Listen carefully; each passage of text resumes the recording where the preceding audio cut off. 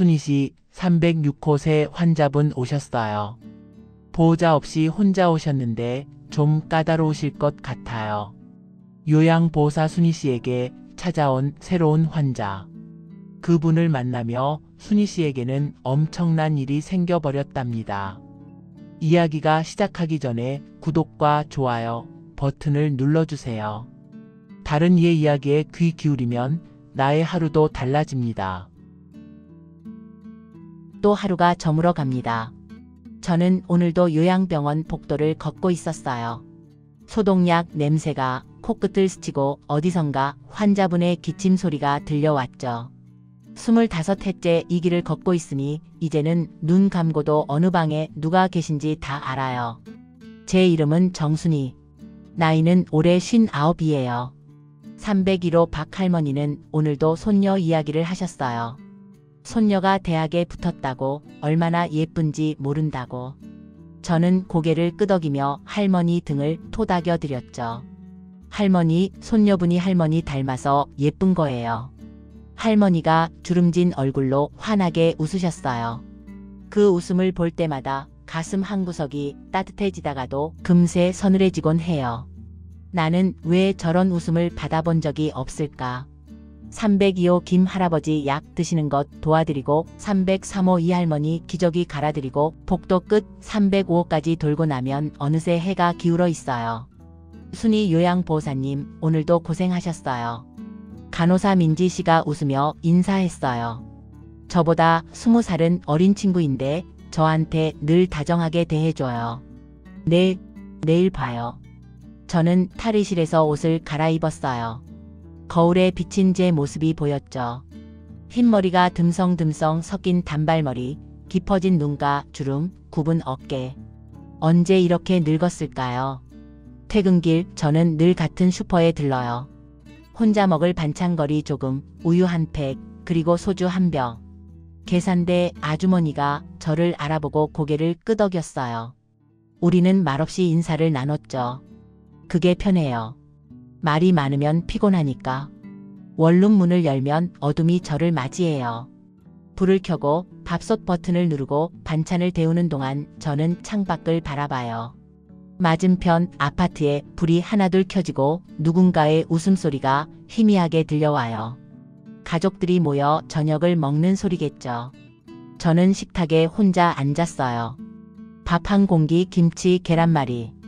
텔레비전을 켜지 않으면 너무 조용해서 저는 늘 뉴스를 틀어놓아요.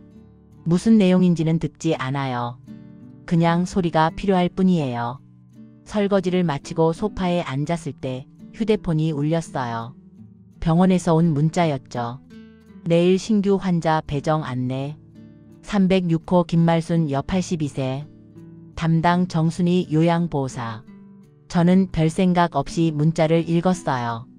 306호면 복도 끝에서 두 번째 방이네. 82살이면 내가 맞는 환자분들 중에서는 젊은 편이고. 그런데 김말순. 그 이름이 눈에 박히는 순간 제 손이 멈췄어요. 김말순.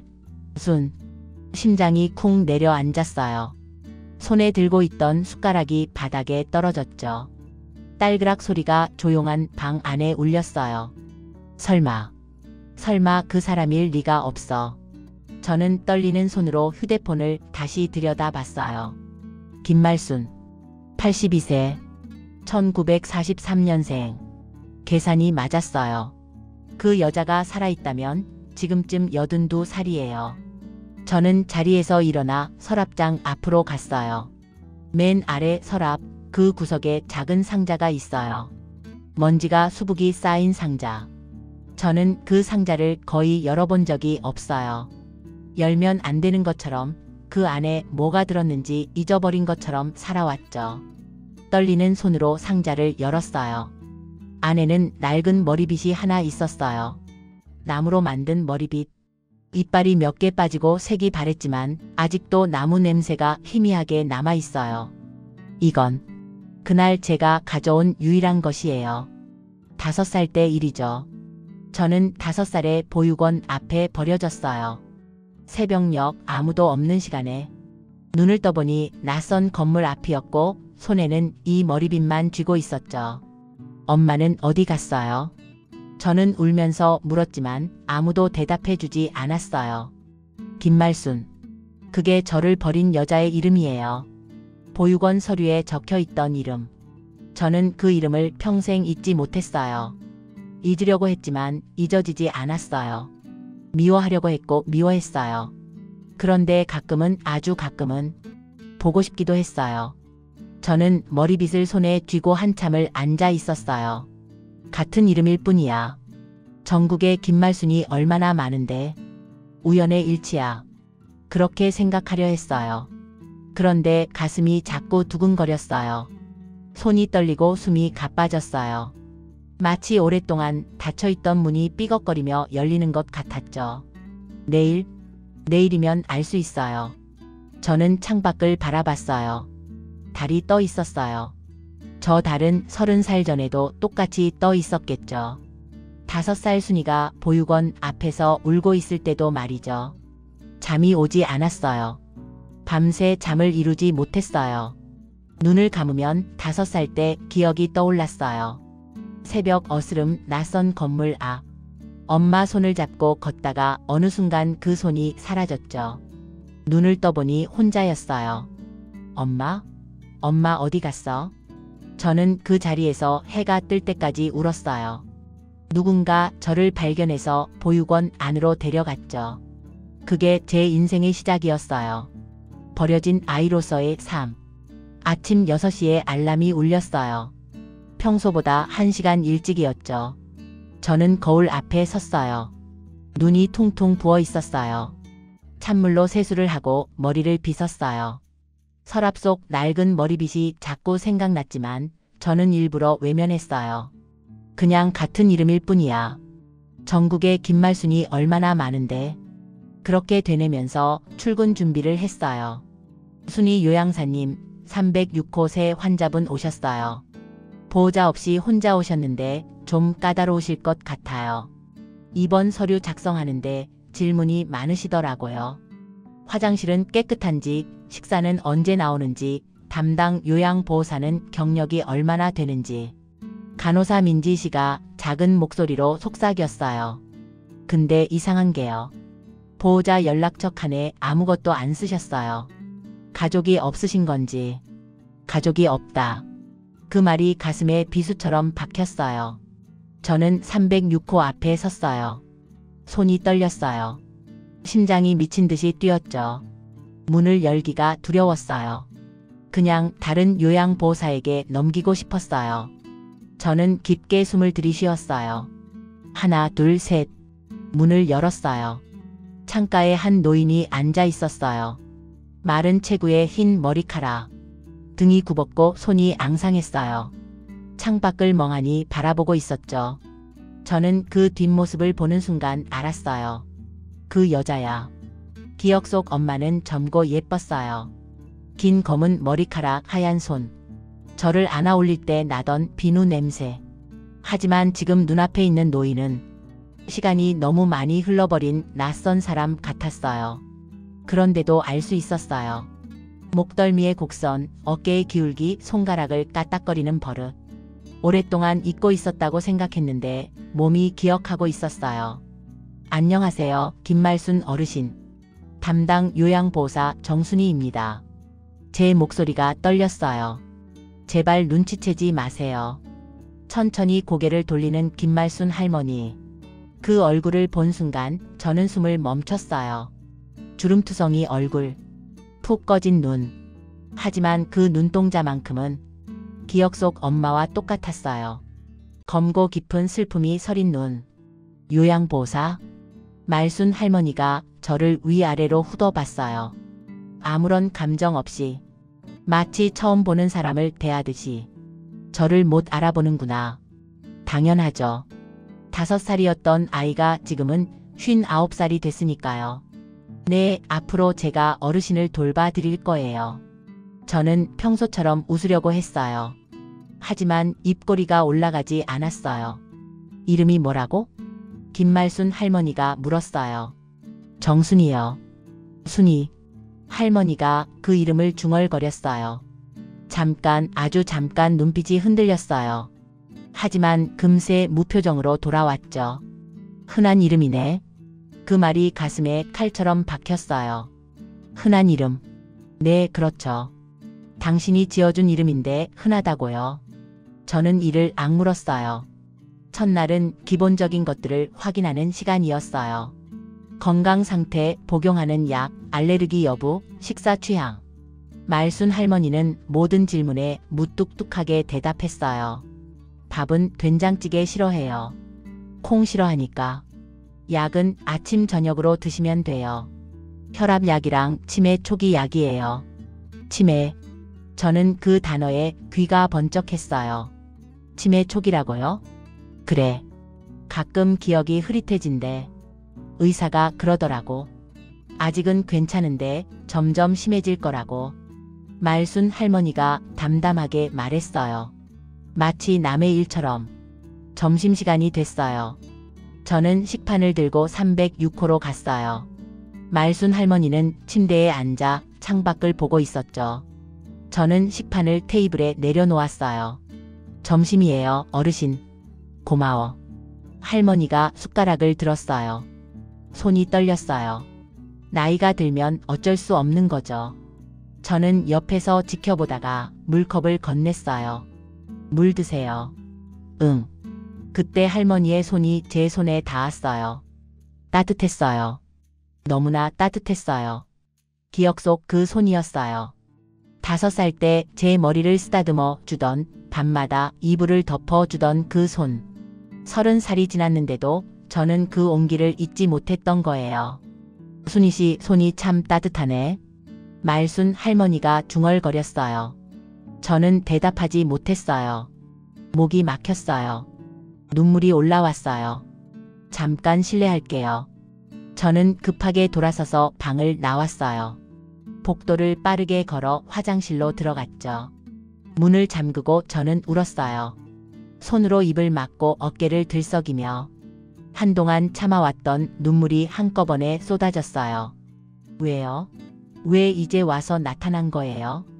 저는 당신 없이도 잘 살았어요. 보육원에서 자랐고 혼자 힘으로 학교 다녔고 일자리도 구했어요. 당신 없어도 괜찮았어요. 그런데 왜 이제 와서, 왜 내 환자가 된 거예요? 거울에 비친 제 얼굴은 엉망이었어요. 눈이 빨갛게 충혈되고 코끝이 발그레해졌죠. 저는 찬물로 세수를 했어요. 1번, 2번, 3번. 차가운 물이 얼굴을 때릴 때마다 정신이 조금씩 돌아왔어요. 정신 차려, 정순이. 저는 거울 속 제 눈을 똑바로 봤어요. 저 여자는 당신을 못 알아봐. 치매가 있어서 기억이 흐릿해. 그냥 환자일 뿐이야. 남의 어머니. 20년 넘게 남의 어머니들을 돌봐왔잖아. 이번에도 그냥 그렇게 하면 돼. 모른 척하자. 끝까지. 오후에 다시 306호로 갔어요. 말순 할머니는 낮잠을 자고 계셨어요. 조용히 들어가서 이불을 여며 드렸죠. 주름진 얼굴이 평화로워 보였어요. 가까이서 보니 예전보다 훨씬 작아지셨어요. 기억 속 엄마는 저보다 한참 컸는데 지금은 제가 더 커요. 시간이 그렇게 흘렀구나. 저는 말순 할머니 옆에 잠깐 앉았어요. 얼굴을 들여다봤어요. 눈가의 주름, 입술 옆에 점, 귓볼의 모양. 하나하나가 낯설면서도 익숙했어요. 당신도 힘들게 살았구나. 그 생각이 문득 들었어요. 그리고 바로 고개를 저었죠. 무슨 동정이야. 나를 버린 사람인데. 저녁이 되어 퇴근할 때 간호사 민지 씨가 물었어요. 306호 어르신 어떠셨어요? 까다로우실 것 같긴 해요. 근데 괜찮아요. 순희 요양사님 표정이 안 좋아 보여서요. 무슨 일 있으세요? 저는 고개를 저었어요. 아니에요. 그냥 좀 피곤해서요. 집에 돌아와서 저는 또 서랍을 열었어요. 낡은 머리빗을 꺼내 손에 쥐었죠. 엄마. 그 단어를 입 밖으로 내뱉지 못했어요. 지금껏 한 번도 부르지 못한 단어. 저는 머리빗을 가슴에 안고 잠이 들었어요. 일주일이 지났어요. 말순 할머니는 다른 환자분들과 달랐어요. 유독 저한테만 까다롭게 구셨죠. 국이 짜네. 다시 가져와. 죄송해요, 어르신. 주방에 말씀드릴게요. 저는 식판을 들고 나갔다가 다시 들어갔어요. 사실 주방에서는 같은 국을 줬어요. 바꿔주지 않았죠. 말순 할머니가 한 숟가락 떠먹더니 고개를 끄덕였어요. 이건 괜찮네.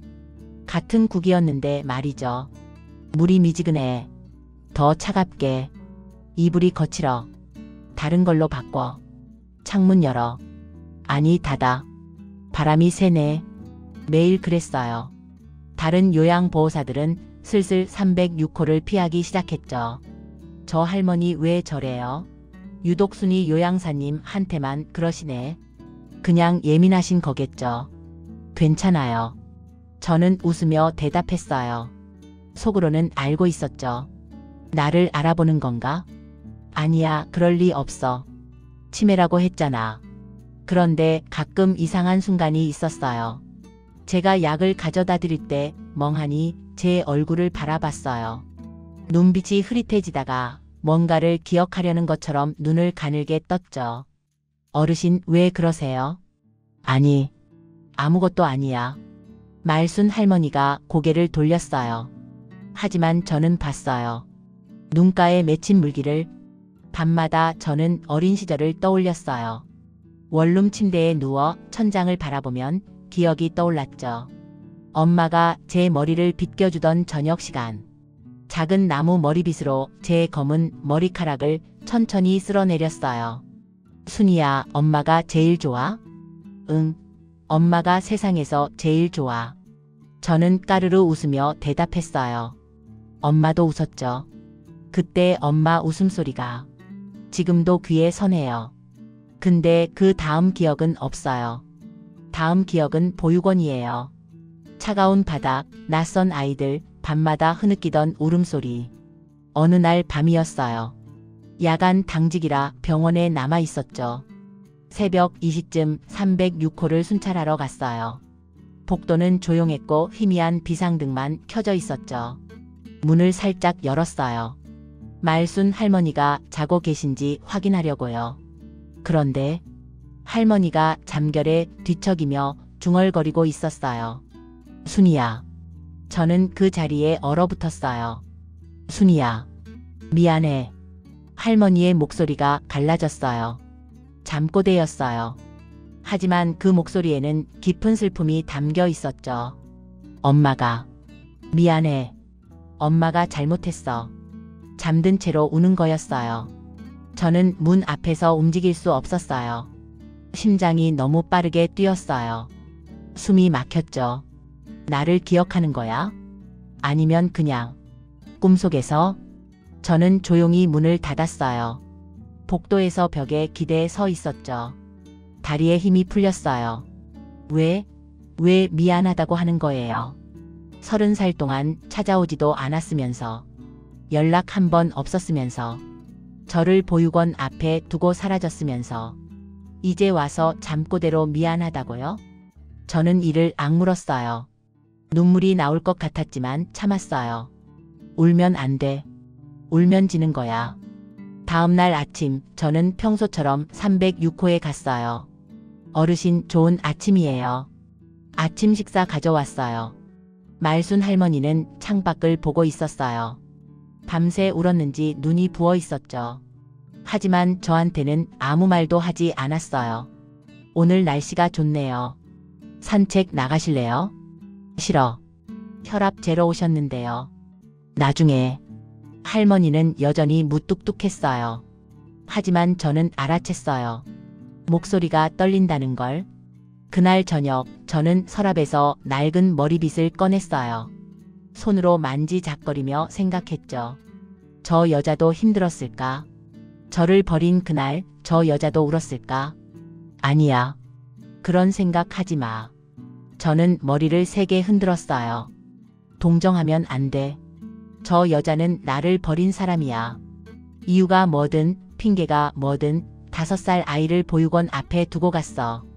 그건 변하지 않아. 미워해야 편한데. 그런데 왜 자꾸 마음이 흔들리지? 며칠 후 간호사 민지 씨가 저를 불렀어요.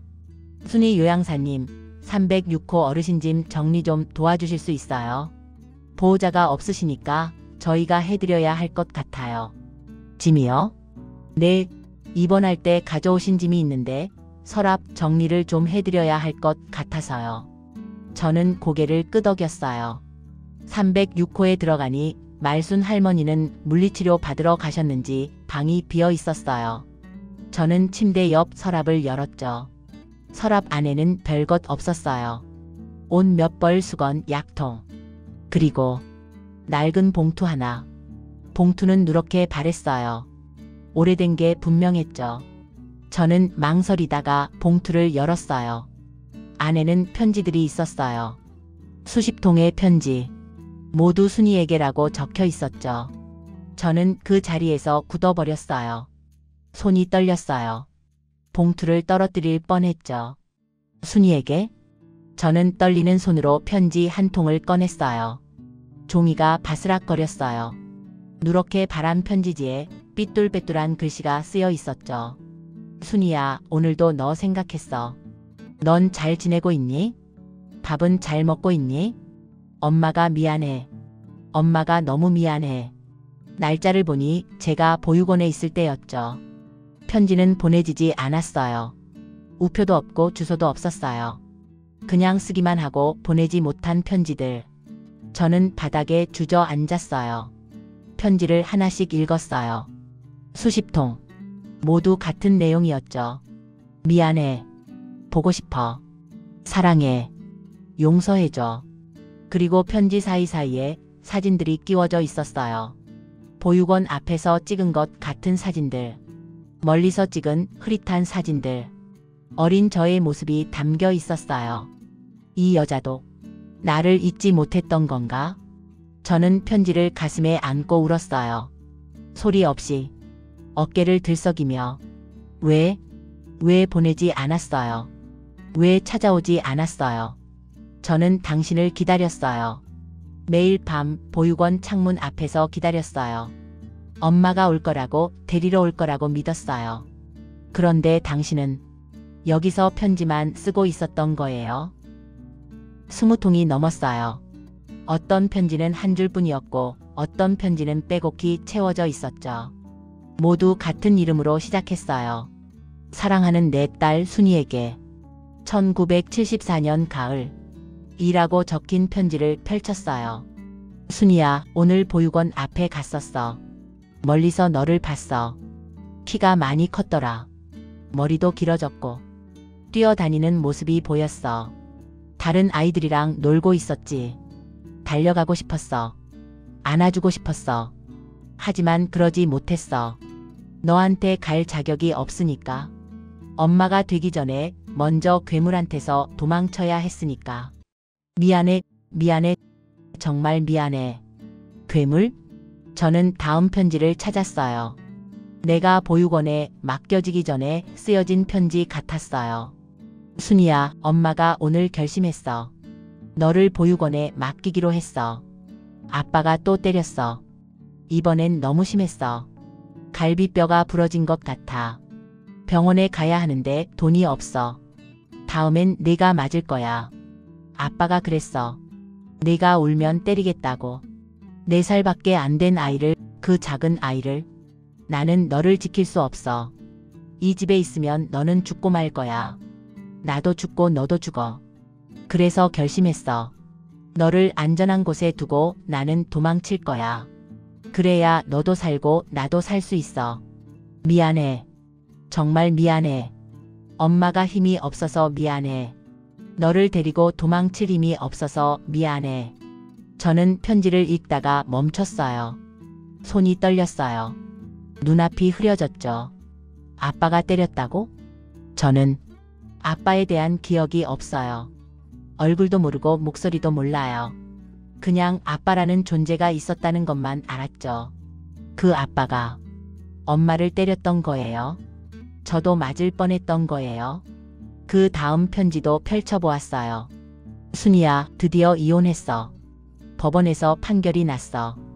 그 남자와 완전히 헤어졌어. 이제 너를 데리러 갈 수 있어. 이제 우리 둘이 살 수 있어.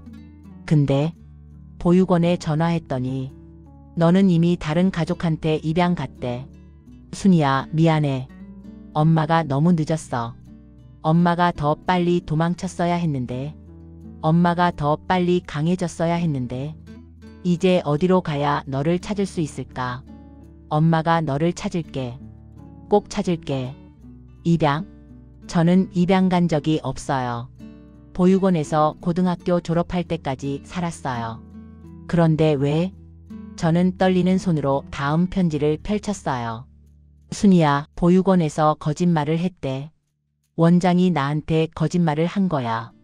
너는 입양 안 갔대. 아직 보육원에 있대. 근데 원장이 그 남자한테 돈을 받았대. 아빠한테. 내 아빠한테. 나한테 입양 갔다고 거짓말하라고. 그 남자가 아직도 나를 찾고 있어.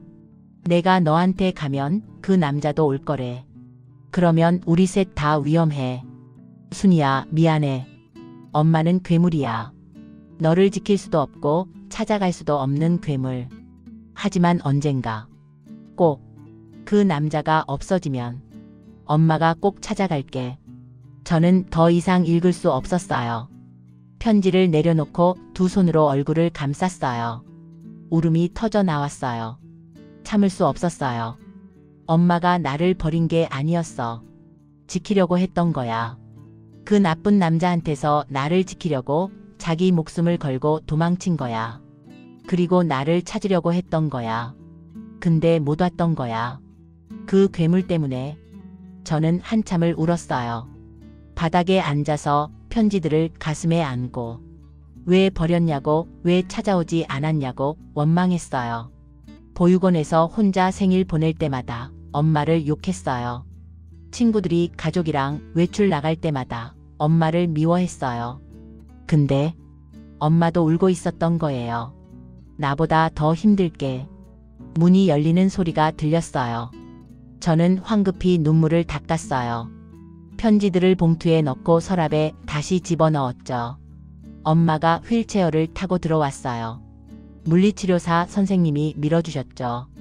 어르신, 물리치료 잘 받으셨어요? 저는 평소처럼 웃으려고 했어요. 하지만 목소리가 떨렸죠. 엄마가 저를 쳐다봤어요. 울었어? 저는 고개를 저었어요. 아니에요. 눈에 뭐가 들어가서요. 엄마는 잠시 저를 바라봤어요. 뭔가 말하고 싶은 것 같았지만 입을 다물었죠. 오늘 저녁은 뭐야? 갈비탕이에요. 어르신 좋아하시죠? 그래. 엄마가 창밖을 바라봤어요. 저도 창밖을 봤어요. 해가 지고 있었어요. 주황빛 노을이 병실을 물들였죠. 그날 밤 집에 돌아와서 저는 낡은 머리빗을 꺼냈어요. 손에 쥐고 오래 바라봤죠. 이 머리빗을 쥐고 보육원 앞에 서 있던 5살 저. 그때 엄마는 울고 있었을까요? 멀리서 저를 바라보며 울고 있었을까요? 저는 모른 척할 수 있을까요? 이제 진실을 알았는데. 엄마가 나를 버린 게 아니라 지키려고 했다는 걸 알았는데. 모른 척하고 그냥 환자로만 대할 수 있을까요? 잠이 오지 않았어요. 뒤척이다가 결국 새벽 3시에 일어나 창밖을 바라봤죠. 달이 떠 있었어요. 보육원 창문으로 보던 그 달과 같은 달. 엄마, 나 어떡해? 저는 조용히 물었어요. 대답은 없었죠. 진실을 알았어요. 엄마가 왜 나를 버렸는지, 왜 찾아오지 못했는지 이해해야 했어요. 용서해야 했어요. 그런데 이상했어요. 오히려 더 화가 났어요. 아침에 출근해서 306호 문을 열 때 제 손이 차가웠어요. 어르신, 좋은 아침이에요. 목소리도 차가웠죠. 말순 할머니가 저를 올려다 봤어요. 뭔가 눈치챈 것 같았어요. 무슨 일 있어? 아무것도요. 저는 식판을 테이블에 내려놓고 돌아섰어요. 평소보다 빨리 할머니와 눈을 마주치지 않으려고. 알았으면서 왜 안 온 거예요? 편지를 쓸 수 있었으면, 보육원 앞까지 올 수 있었으면 왜 들어오지 않은 거예요? 왜 그냥 멀리서만 봤어요? 왜 저를 안아주지 않았어요? 저는 밤마다 엄마를 기다렸어요. 창문 앞에서, 문 앞에서. 누가 올 때마다 고개를 돌렸어요. 혹시 엄마일까봐. 근데 엄마는 멀리서 보기만 했어요. 편지만 쓰고 보내지도 않았어요. 그 남자가 무서웠다고요? 저도 무서웠어요. 혼자 남겨진 게 무서웠어요. 밤마다 울었어요. 엄마 이름을 부르며 울었어요. 근데 아무도 오지 않았어요. 며칠 동안 저는 말순 할머니에게 냉정하게 대했어요. 할 일은 했어요. 밥 가져다 드리고 약 챙겨드리고 기저귀 갈아드리고. 하지만 웃지 않았어요. 말도 거의 하지 않았죠. 엄마도 눈치챘어요. 저한테 뭔가 물으려다가 입을 다물곤 했죠. 순이야. 어느 날 엄마가 저를 불렀어요. 요양보호사 대신 순이야라고. 저는 대답하지 않았어요. 못 들은 척했죠. 다른 요양보호사가 복도에서 저를 붙잡았어요. 순이 씨 요즘 왜 그래요? 306호 할머니한테 뭔 일 있어요? 아무것도 아니에요. 그 할머니가 순이 씨 찾더라고요. 순이는 어디 갔냐고. 저는 대답하지 않았어요. 걱정스러운 눈으로 저를 바라봤지만 더 묻지 않았어요. 집에 돌아와서도 편지들이 자꾸 떠올랐어요. 순이야, 미안해. 그 문장이 머릿속에서 맴돌았어요. 미안하다고? 미안하면 뭘 해요? 미안하면 다 해요? 저는 30살을 혼자 살았어요. 가족 없이, 엄마 없이. 명절마다 혼자 밥 먹었어요. 친구들이 엄마 자랑할 때 아무 말도 못했어요. 결혼도 못했어요. 가족이 뭔지 모르니까. 사랑이 뭔지 모르니까. 그 모든 게 다 당신 때문이에요. 어느 날 저녁이었어요. 퇴근하려는데 병원에서 방송이 울렸어요. 306호 환자 응급입니다. 담당 요양보호사는 즉시 와주세요. 저는 뛰었어요. 복도를 달리면서 심장이 미친 듯이 뛰었어요. 무슨 일이야? 무슨 일이 생긴 거야? 306호 문을 열었을 때 엄마가 바닥에 쓰러져 있었어요. 간호사들이 할머니를 들것에 옮기고 있었죠. 들것이 빠르게 복도를 지나갔어요. 저는 따라갔어요. 뛰어갔어요.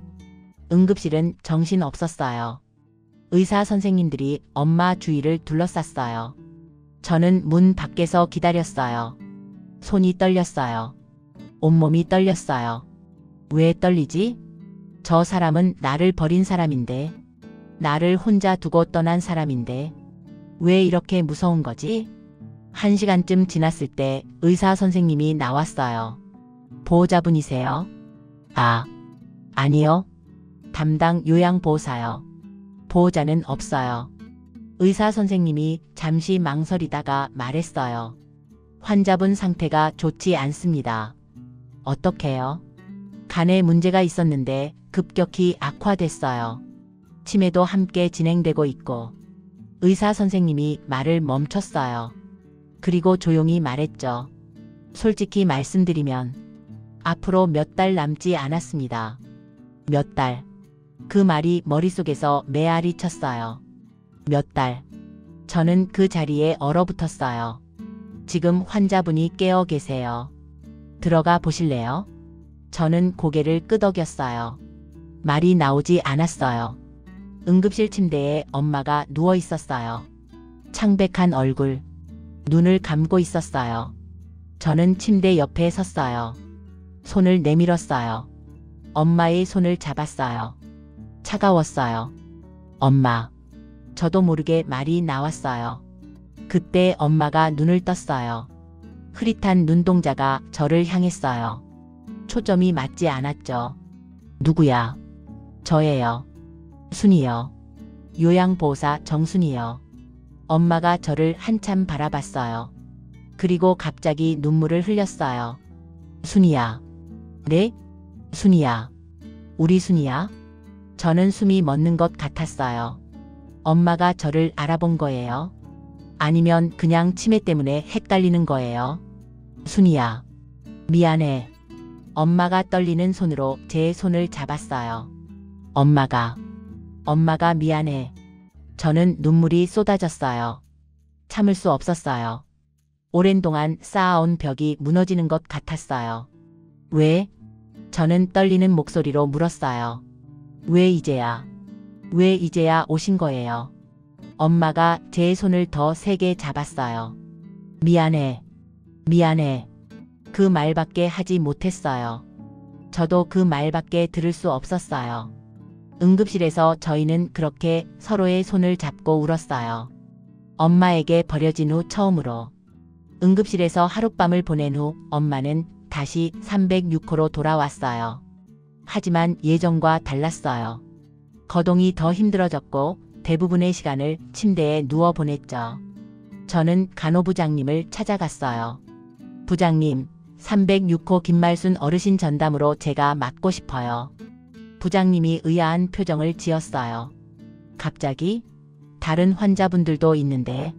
네, 그 어르신. 보호자가 없잖아요. 제가 좀 더 신경 쓰고 싶어요. 부장님이 저를 한참 바라봤어요. 알았어요. 그렇게 하세요. 저는 고개를 숙여 인사하고 나왔어요.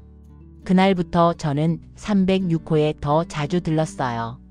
아침 일찍 가서 세수 도와드리고 점심에 밥 먹는 거 옆에서 지켜보고 저녁엔 산책로까지 휠체어를 밀어드렸죠. 왜 이렇게 자주 와? 그냥요. 어르신이 좋으니까요. 거짓말이었어요. 아니, 반쯤은 진실이었을지도 몰라요. 엄마의 치매가 점점 심해졌어요. 처음엔 사소한 것들이었어요. 아침을 먹었는데 안 먹었다고 하고 방금 만난 사람을 못 알아보고. 그러다 어느 날부터 과거와 현재가 뒤섞이기 시작했어요. 오늘 순이 데리러 가야 하는데 엄마가 갑자기 중얼거렸어요. 어르신, 무슨 말씀이세요? 보육원에 순이 맡겨놨거든. 데리러 가야 해. 추우니까 옷 따뜻하게 입혀야 하는데. 저는 가슴이 먹먹해졌어요. 엄마는 그때 그 시절로 돌아간 거예요. 저를 맡기고 돌아오던 그날로. 어르신, 지금은 2025년이에요. 겨울이 아니라 봄이고요. 저는 조심스럽게 말했어요. 엄마 멍하니 저를 바라봤어요. 2025년? 네, 어르신은 요양병원에 계세요. 엄마의 눈에 혼란이 스쳤어요. 그리고 금세 눈물이 맺혔죠. 그래, 내가 또 헷갈렸구나. 저는 엄마의 손을 잡았어요. 괜찮아요. 그런 일이 점점 잦아졌어요. 엄마는 저를 요양보호사로 볼 때도 있었고 낯선 사람으로 볼 때도 있었어요. 그리고 가끔은 순이야. 엄마가 저를 부를 때가 있었어요. 저를 어린 딸로 착각하는 거였어요. 어느 날 오후였어요. 엄마가 창밖을 보다가 갑자기 저를 불렀어요. 순이야, 이리 와봐. 저는 엄마 곁으로 갔어요. 엄마가 머리 빗겨줄까? 저는 그 자리에서 얼어붙었어요. 엄마가 상냥하게 웃고 있었어요. 오래전 어린 저에게 웃어주던 그 미소였어요. 순이야, 엄마 무릎에 앉아. 머리 빗겨줄게. 저는 어떻게 해야 할지 몰랐어요. 거절해야 하나? 어르신, 저는. 왜 그래? 빨리 와. 엄마가 손짓했어요. 저는 무릎을 꿇고 엄마 옆에 앉았어요. 엄마가 제 머리를 쓰다듬었어요. 손이 떨렸지만 그 손길은 따뜻했어요. 우리 순이 머리카락이 참 예쁘다. 눈물이 났어요. 5살 때 들었던 말이었어요. 어르신, 응? 아니에요. 아무것도 아니에요. 저는 고개를 숙였어요. 눈물을 들키고 싶지 않았어요. 엄마가 제 머리를 계속 쓰다듬었어요. 순이야, 엄마가 미안해. 엄마가 많이 미안해. 순이한테 잘 못해줘서. 저는 참다가 결국 울음을 터뜨렸어요. 왜 울어? 순이야, 왜 울어? 아무것도 아니에요. 그냥 좋아서요. 그날 밤 집에 돌아와서 저는 서랍을 열었어요. 낡은 머리빗을 꺼냈어요. 지금까지 간직했던 이 머리빗. 이제 이걸 쓸 때가 됐어요. 저는 머리빗을 가방에 넣었어요. 내일 병원에 가져갈 거예요. 다음날 아침 저는 306호에 들어갔어요. 어르신 좋은 아침이에요. 엄마가 눈을 떴어요. 오늘은 의식이 또렷해 보였어요. 순희 씨 왔어? 오늘은 저를 알아보는 날이구나. 네, 아침 드시고 오늘은 제가 머리 감겨드릴게요. 머리? 머리 감고 머리카락도 빗겨드릴게요. 저는 따뜻한 물을 받아서 할머니 머리를 감겼어요. 흰 머리카락이 물에 젖었어요. 가늘고 약한 머리카락. 시원해? 응. 시원하네. 엄마가 눈을 감았어요. 편안한 표정이었어요. 저는 정성껏 머리를 감겼어요. 두피를 부드럽게 마사지하고 헹굴 때도 천천히. 다 됐어요. 수건으로 머리를 닦아드렸어요. 그리고 가방에서 머리빗을 꺼냈어요. 낡은 나무 머리빗. 어르신 이거 보세요. 엄마가 머리빗을 봤어요. 그리고 눈이 커졌어요. 이거 기억나세요? 엄마의 입술이 떨렸어요. 이거 어디서? 저는 천천히 말했어요. 제가 꽤 오랫동안 가지고 있던 거예요. 엄마가 저를 올려다 봤어요. 눈에 눈물이 차올랐어요. 순이야. 네, 저예요, 엄마. 처음으로 그렇게 불렀어요. 엄마. 살면서 다시는 부르지 못할 줄 알았던 그 단어. 엄마가 울기 시작했어요. 소리 없이 눈물만 흘러내렸어요. 미안해. 미안해. 저도 울었어요. 알아요. 다 알아요. 편지 봤어? 네, 다 읽었어요. 엄마가 떨리는 손으로 제 볼을 만졌어요. 우리 순이 이렇게 컸구나. 저는 머리빗으로 엄마의 흰 머리카락을 천천히 빗었어요. 한 올 한 올 정성껏. 예전에 엄마가 제 머리를 빗겨주던 것처럼. 순이야. 네, 엄마. 고마워. 저는 대답 대신 계속 머리를 빗었어요. 창밖으로 봄 햇살이 들어왔어요. 따뜻한 햇살이 우리를 감쌌어요. 일주일이 지났어요. 엄마의 상태는 하루가 다르게 나빠졌어요. 의사 선생님이 저를 불렀어요. 보호자는 여전히 없나요? 네, 제가. 가족 같은 사람이에요. 이제는 거짓말이 아니었어요. 의사 선생님이 고개를 끄덕였어요. 솔직히 말씀드릴게요. 며칠 안으로 각오하셔야 할 것 같습니다. 저는 306호로 돌아왔어요. 엄마는 침대에 누워 눈을 감고 있었어요. 숨소리가 거칠었어요. 산소 호흡기를 끼고 있었죠. 저는 엄마 옆에 의자를 놓고 앉았어요. 손을 잡았어요. 차가웠어요. 엄마. 조용히 불렀어요. 대답이 없었어요.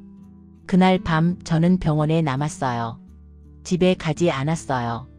갈 수 없었어요. 복도는 조용했어요. 새벽 2시.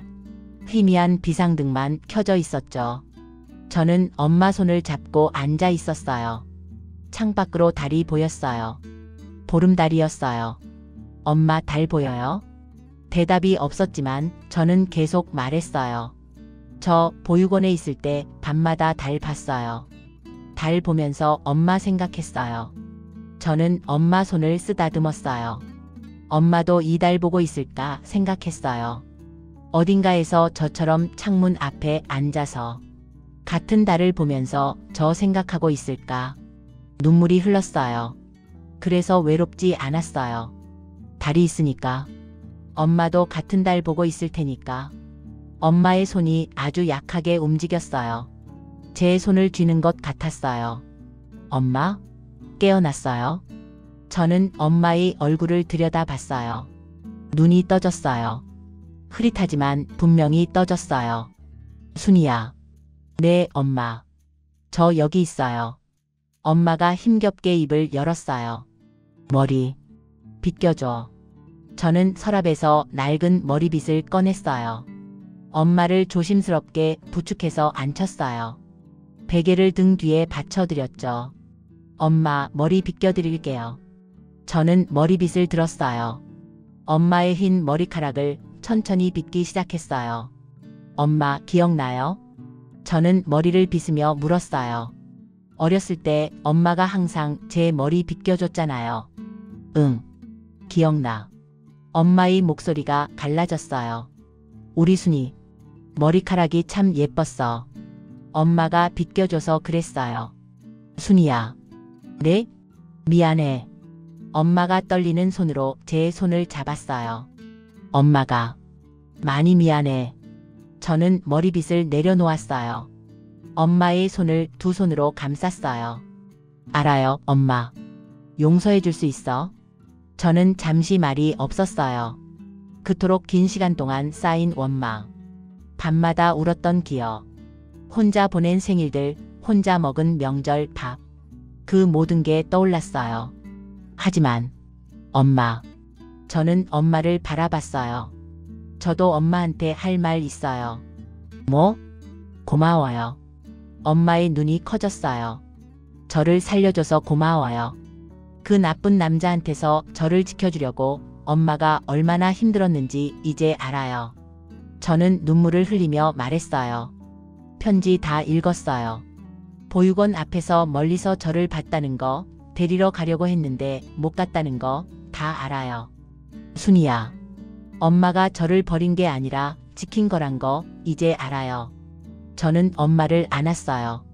조심스럽게 부서질 것처럼 약한 몸을. 용서해요, 엄마. 엄마가 울기 시작했어요. 사랑해요, 엄마. 저도 울었어요. 고마워요. 저를 낳아줘서. 그렇게 우리는 오래 안고 있었어요. 창밖으로 새벽이 밝아오고 있었어요. 달이 지고 해가 떠오르고 있었죠. 순이야. 엄마가 제 귀에 속삭였어요. 엄마. 이제 갈 것 같아. 아니에요. 아직 안 돼요. 괜찮아. 이제 괜찮아. 엄마가 저를 바라봤어요. 눈이 또렷했어요. 치매로 흐릿했던 눈이 이 순간만큼은 맑았어요. 순이야. 우리 순이 맞지? 네, 엄마. 저 순이에요. 예쁘게 컸네. 우리 순이. 엄마가 미소 지었어요. 엄마 딸이라서. 고마워. 엄마의 손이 제 볼을 어루만졌어요. 행복하게 살아. 알았지?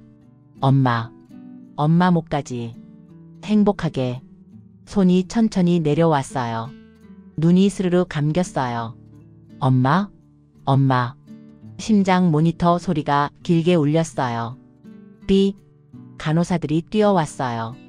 의사 선생님이 들어왔죠. 하지만 저는 알았어요. 엄마가 떠났다는 걸. 저는 엄마 손을 놓지 않았어요. 차가워지는 손. 하지만 저는 계속 잡고 있었어요. 엄마. 고마워요. 눈물이 멈추지 않았어요. 다음 생에는 제가 엄마 찾아갈게요. 창밖으로 해가 떠올랐어요. 새벽빛이 병실을 물들였어요. 엄마의 얼굴이 평화로워 보였어요. 미소 짓는 것 같았어요. 저는 낡은 머리빗을 들었어요. 마지막으로 엄마의 머리카락을 빗겨드렸어요. 천천히, 정성껏. 5살 때 엄마가 제 머리를 빗겨주던 것처럼. 장례식은 조용했어요. 조문객은 저 혼자였어요. 병원 직원 몇 명이 잠깐 들렀다 갔지만 끝까지 남은 건 저뿐이었죠. 상주 자리에 앉아서 저는 엄마의 영정 사진을 바라봤어요. 엄마. 저는 조용히 불렀어요. 대답은 없었어요. 이제는 영영 없을 거예요. 장례식장 직원이 와서 물었어요. 유품은 어떻게 하시겠어요? 제가 가져갈게요. 작은 상자 하나. 엄마의 모든 것이었어요. 저는 상자를 품에 안고 집으로 돌아왔어요. 원룸문을 열었어요. 늘 저를 맞이하던 어둠이 있었어요. 하지만 오늘은 다르게 느껴졌어요. 예전에는 외로움이었는데 오늘은 그냥 고요함이에요. 저는 불을 켜고 식탁에 앉았어요. 상자를 내려놓았어요. 상자를 열었어요. 안에는 엄마의 옷 몇 벌, 오래된 지갑, 그리고 낡은 봉투 하나가 있었어요. 봉투는 본 적 있는 거였어요. 편지들이 들어있던 그 봉투. 그런데 봉투 안에 새 편지가 하나 더 있었어요. 예전 편지들과 달리 종이가 새 것이었어요. 최근에 쓴 것 같았죠. 저는 떨리는 손으로 편지를 펼쳤어요. 내 사랑하는 딸 순이에게. 엄마의 삐뚤빼뚤한 글씨. 하지만 예전 편지들보다 더 떨렸어요. 병원에 입원한 후에 쓴 거였죠. 순이야. 엄마가 너한테 마지막으로 편지를 쓴다. 사실 엄마는 알고 있었어. 처음 요양병원에 왔을 때 요양보호사 이름이 정순이라길래 가슴이 쿵 내려앉았어. 설마 우리 순이일까? 아닐 거야. 순이가 여기 있을 리 없잖아.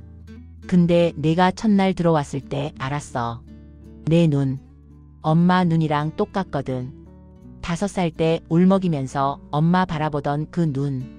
알아봤어. 첫날부터. 근데 엄마가 먼저 말할 수 없었어. 무슨 자격으로? 널 버리고 찾아오지도 못하고 30년 동안 혼자 살게 한 엄마가 무슨 자격으로 내 딸이라고 말해? 그래서 모른 척했어. 일부러 까다롭게 굴기도 했어. 가까이 오면 안 될 것 같아서. 상처만 줄 것 같아서. 근데 순이야. 내가 엄마한테 참 잘해주더라. 밥 가져다 주고 물 갖다 주고 이불 덮어주고. 엄마가 짜증내도 웃으면서 받아주더라. 그때마다 엄마 심장이 찢어지는 것 같았어. 이 아이가 왜 이러지? 나 같은 사람한테? 그리고 내가 엄마 머리 빗겨줬을 때 그 낡은 머리빗. 내가 가져간 그 머리빗. 그걸 보는 순간 엄마는 모든 걸 알았어. 너도 엄마를 잊지 못했구나. 너도 엄마를 기다렸구나. 엄마가 얼마나 울었는지 몰라. 순이야. 내가 나를 용서해줬다고 했을 때 엄마는 세상에서 가장 행복했어. 근데 솔직히 엄마는 스스로를 용서할 수 없어. 어떤 이유가 있었든 5살 아이를 두고 간 건 사실이니까. 내가 얼마나 울었을지, 얼마나 무서웠을지. 엄마는 평생 그게 악몽이었어. 근데 순이야. 네가 엄마한테 고마워요라고 했잖아. 저를 살려줘서 고마워요라고. 그 말 듣고 엄마는 처음으로 생각했어. 적어도 내 딸은 살았구나. 건강하게 착하게 예쁘게 컸구나. 그게 엄마한테는 가장 큰 선물이야. 순이야, 부탁이 있어. 이제 엄마 생각은 그만해. 그동안 엄마 없이 살았잖아. 앞으로도 잘 살 수 있어. 엄마 목까지 행복하게 살아. 좋은 사람 만나면 사랑하고 가족 만들고. 명절에는 따뜻한 밥 먹고 생일에는 케이크도 먹고. 내가 행복하면 엄마도 행복할 거야. 어디에 있든. 마지막으로. 다음 생에 우리 다시 만나자. 그때는 엄마가 먼저 너를 찾아갈게. 그때는 절대 안 놓칠게. 그때는 평생 곁에 있을게. 약속해. 사랑해, 내 딸. 세상에서 제일 사랑해. 엄마가. 저는 편지를 읽고 한참을 울었어요. 소리 내어 울었어요. 엄마. 저는 편지를 가슴에 안았어요. 나도 사랑해요. 울음이 멎은 후 저는 창밖을 바라봤어요. 해가 지고 있었어요. 주황빛 노을이 하늘을 물들였죠. 예전에는 노을을 보면 슬펐어요. 하루가 끝나는 게 무서웠어요. 또 혼자 밤을 보내야 하니까. 그런데 오늘은 달랐어요. 노을이 예뻐 보였어요. 그냥 예뻤어요. 서랍에서 낡은 머리빗을 꺼냈어요.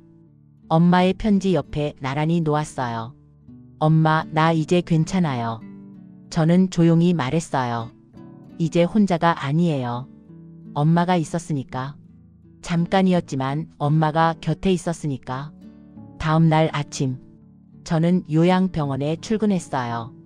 복도를 걸으며 저는 생각했어요. 저는 그동안 남의 어머니들을 돌봤어요. 그게 제 일이었으니까. 할 수 있는 일이었으니까. 그런데 이제는 알겠어요. 왜 이 일을 계속했는지. 저는 엄마를 찾고 있었던 거예요. 남의 어머니한테서 엄마의 온기를 찾고 있었던 거예요. 병원에서 만나는 할머니들의 손을 잡을 때마다 제가 받고 싶었던 사랑을 드리고 있었던 거예요. 오늘은 301호 문 앞에서 멈췄어요. 박미옥 할머니가 계신 방. 문을 열었어요. 할머니 좋은 아침이에요. 박미옥 할머니가 밝게 웃었어요. 순희 씨 왔어? 네, 왔어요. 오늘 날씨 좋아요. 산책 나가실래요? 박 할머니의 손을 잡았어요. 따뜻했어요. 저는 미소 지었어요. 진짜 미소. 이제 저는 누군가의 딸이에요. 비록 엄마는 떠났지만 저는 엄마의 딸이에요. 그리고 이제 저는 다른 누군가의 가족이 되어줄 준비가 됐어요. 창밖으로 봄바람이 불어왔어요. 벚꽃잎이 날렸어요. 저는 박 할머니의 휠체어를 밀며 산책로를 걸었어요. 순희 씨, 오늘 기분이 좋아 보여. 네, 할머니. 좋은 일이 있었어요. 뭔데? 저는 잠시 생각했어요. 그리고 대답했어요. 엄마를 만났어요. 오래전에 헤어졌는데 드디어 만났어요. 그리고 화해했어요. 할머니가 제 손을 꼭 잡았어요. 잘 됐네. 정말 잘 됐어. 네, 잘 됐어요. 산책로 끝에 서서 저는 하늘을 올려다 봤어요. 파란 하늘에 하얀 구름이 떠 있었어요. 엄마도 저 하늘 어딘가에 있겠죠. 저를 내려다보고 있겠죠. 엄마, 나 행복하게 살게요. 저는 속으로 말했어요. 약속해요. 다음 생에 만나요. 봄바람이 불었어요. 마치 대답처럼. 저는 미소 지었어요. 이제 새로운 시작이에요. 순희 씨와 엄마의 이야기를 잘 들으셨나요? 다음에도 지아담은 지혜와 이야기를 담아 다시 돌아올게요.